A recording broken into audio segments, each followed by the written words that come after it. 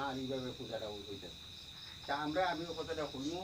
এখন তো আসলে সত্যি কথা কইতে গেলে আমি যে দায়িত্বটা সভাপতি আর আমার যে দায়িত্বটা আমার এটা কিন্তু আজকে আবার শেষ।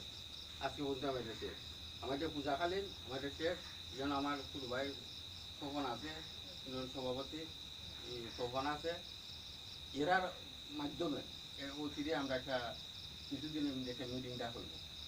ডাকলে পরে আগের পুনর্মিলনে একটা হয়, পুনর্মিলনে করবো। অথচ এটা একটা এজেন্ডা থাকবো, আমরা এরকম ধরনের কিছু আলোচনা আমরা যারা গোটা যারা আমরা আছি আমরা তো সবাই মিলে একটাই করবো। আমরা দেখি একটা নতুন কোনো পথ নিয়ে আমরা অবলম্বন করতাম, মানে মানুষও করে বড়টা আমরা ছোট দেয় হিসাবে করতাম পারি।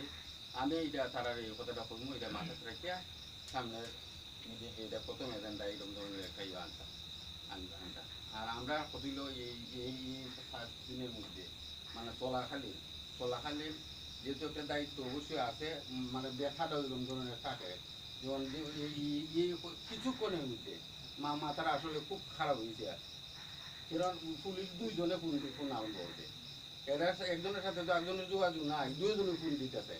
একজনে 10টা ফোন দিতে, একজনই 10টা ফোন দিতে লাগছে।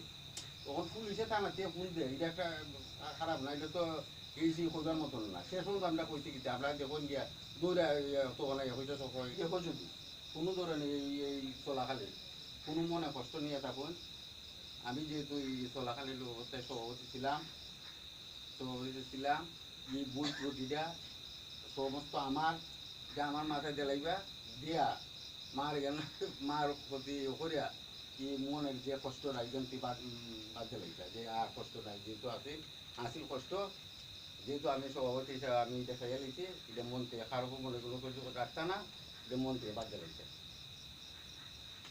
যেন আর কোনো কথা আছে আর